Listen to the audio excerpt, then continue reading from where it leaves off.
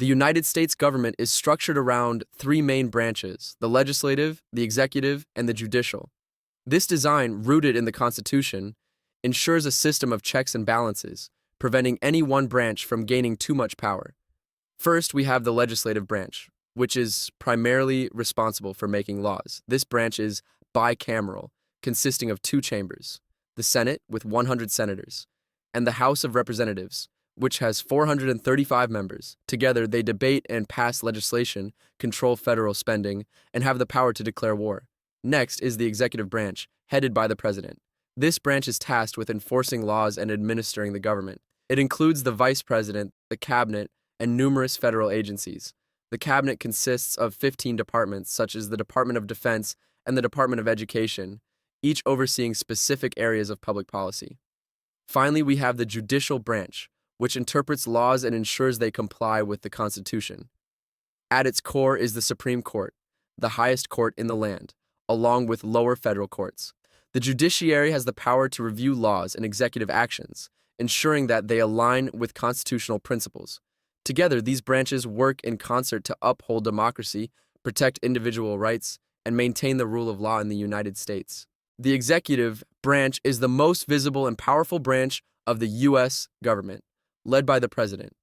As commander-in-chief of the armed forces, the president serves as the nation's top military leader, with the authority to deploy troops and wage war. But the president's role extends far beyond the battlefield. As chief executive, the president is responsible for enforcing and administering the law. Think of the president as the CEO of the federal government, overseeing a vast bureaucracy of agencies and departments. At the heart of this bureaucracy lies the cabinet, a group of advisors consisting of the vice president and the heads of 15 executive departments, such as the Department of State, Department of Defense, and Department of Education.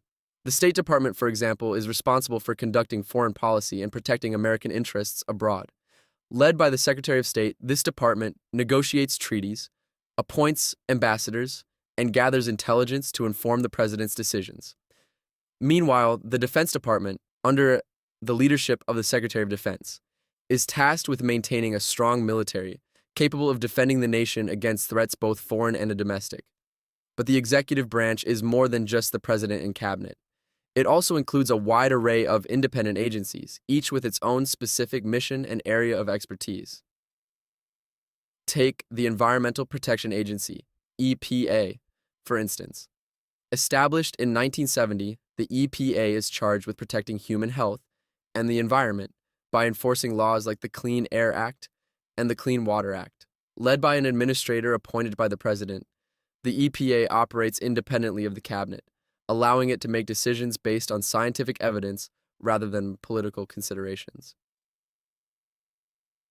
Another notable independent agency is NASA, the National Aeronautics and Space Administration. Founded in 1958, NASA is responsible for the nation's civilian space program, conducting research and exploration that pushes the boundaries of human knowledge. From sending astronauts to the moon to launching powerful telescopes that peer into the depths of the cosmos, NASA's achievements have inspired generations of Americans and reminded us of the boundless potential of human ingenuity. And then there's the CIA, the Central Intelligence Agency. As the nation's premier intelligence agency, the CIA gathers and analyzes information from around the world to help policymakers make informed decisions. Operating under the Director of National Intelligence, the CIA employs a vast network of spies, analysts, and support staff to monitor threats, track down terrorists, and provide early warning of potential crises.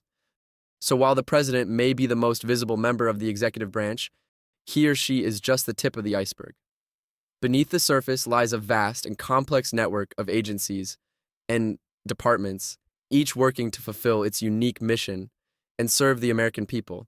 It's a system that may seem daunting at first glance, but one that has proven remarkably resilient and effective in meeting the challenges of a rapidly changing world. The legislative branch, embodied by the United States Congress, is the heart of American democracy. This bicameral institution, consisting of the Senate and the House of Representatives, is responsible for drafting, debating, and passing the laws that govern our nation. At the core of Congress lies the Senate, a body of 100 members, 2 from each state, who serve 6-year terms. The Senate is often referred to as the upper chamber due to its more exclusive membership and longer terms. Senators are tasked with advising the president on treaties and confirming presidential appointments, from Supreme Court justices to cabinet members. They also have the sole power to try impeachment cases, serving as a check on the executive branch. The House of Representatives, on the other hand, is the lower chamber, with 435 members elected every 2 years from districts across the country. The number of representatives per state is based on population, ensuring that the most populous states have the greatest voice. The House is responsible for initiating revenue bills and impeaching federal officials, and its members are closer to the people, with shorter terms and more frequent elections.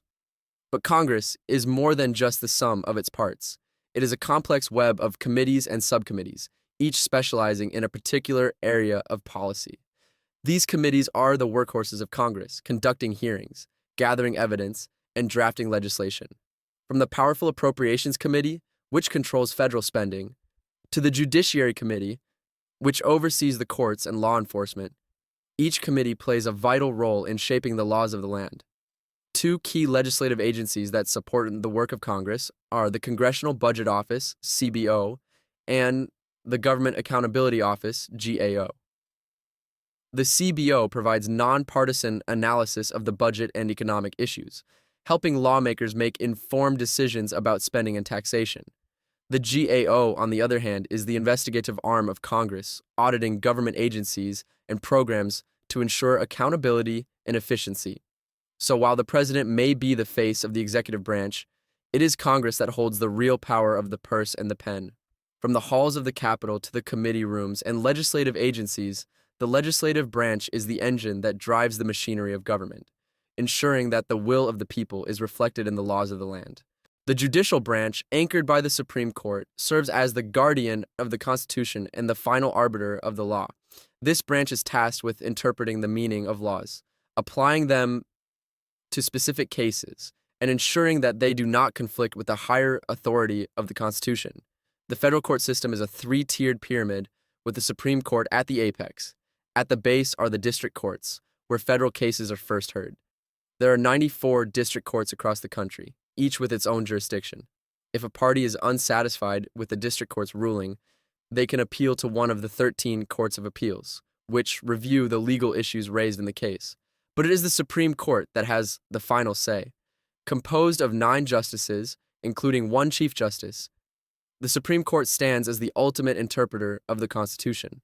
When the court grants a writ of certiorari, it agrees to hear a case, usually because it involves an important question of federal law or a potential conflict with the Constitution. During oral arguments, the justices grill the attorneys, probing the legal reasoning behind their positions. Behind the scenes, the justices engage in vigorous debate, often exchanging draft opinions as they strive to reach a consensus. When the court issues its ruling, it becomes the law of the land, binding on all lower courts. The Supreme Court's interpretations can have far-reaching consequences, shaping everything from civil rights to economic policy. In cases like Brown versus Board of Education, which struck down racial segregation in public schools, or Obergefell versus Hodges, which legalized same-sex marriage nationwide, the court has played a pivotal role in advancing social justice and protecting individual liberties. But the judicial branch is more than just the Supreme Court. It is supported by a network of agencies, such as the Administrative Office of the U.S. Courts, which provides administrative support and guidance to the federal courts. The Federal Judicial Center conducts research and offers education programs for judges and court staff, while the U.S. Sentencing Commission establishes sentencing policies for the federal criminal justice system. Together, these institutions form the backbone of the judicial branch, ensuring that the rule of law is upheld and that justice is administered fairly and impartially. From the district courts to the Supreme Court, the judicial branch serves as a vital check on the power of the other branches, protecting the rights of individuals and safeguarding the principles of democracy. State and local governments play a vital role in the lives of citizens. State governments mirror the federal structure, with executive, legislative, and judicial branches. Governors lead the executive branch, while state legislatures craft laws and state courts interpret them. Local governments, such as city councils and county boards, tackle community issues like zoning, public safety, and budgets, Local law enforcement works to maintain order and build trust. State and local governments bring governance close to the people, addressing their daily needs and concerns. Whether through state legislation or local ordinances, these governments shape the lives of individuals and communities across America. All right, my friend, we've covered a lot of ground when it comes to the US government. You may find the information a bit dense, but don't worry. We've created a handy diagram and you can download it in the description or the pinned comment. You can also download the presentation slides of this video for a closer look. Finally, if you enjoyed this content, please like, subscribe, and leave a comment with your thoughts.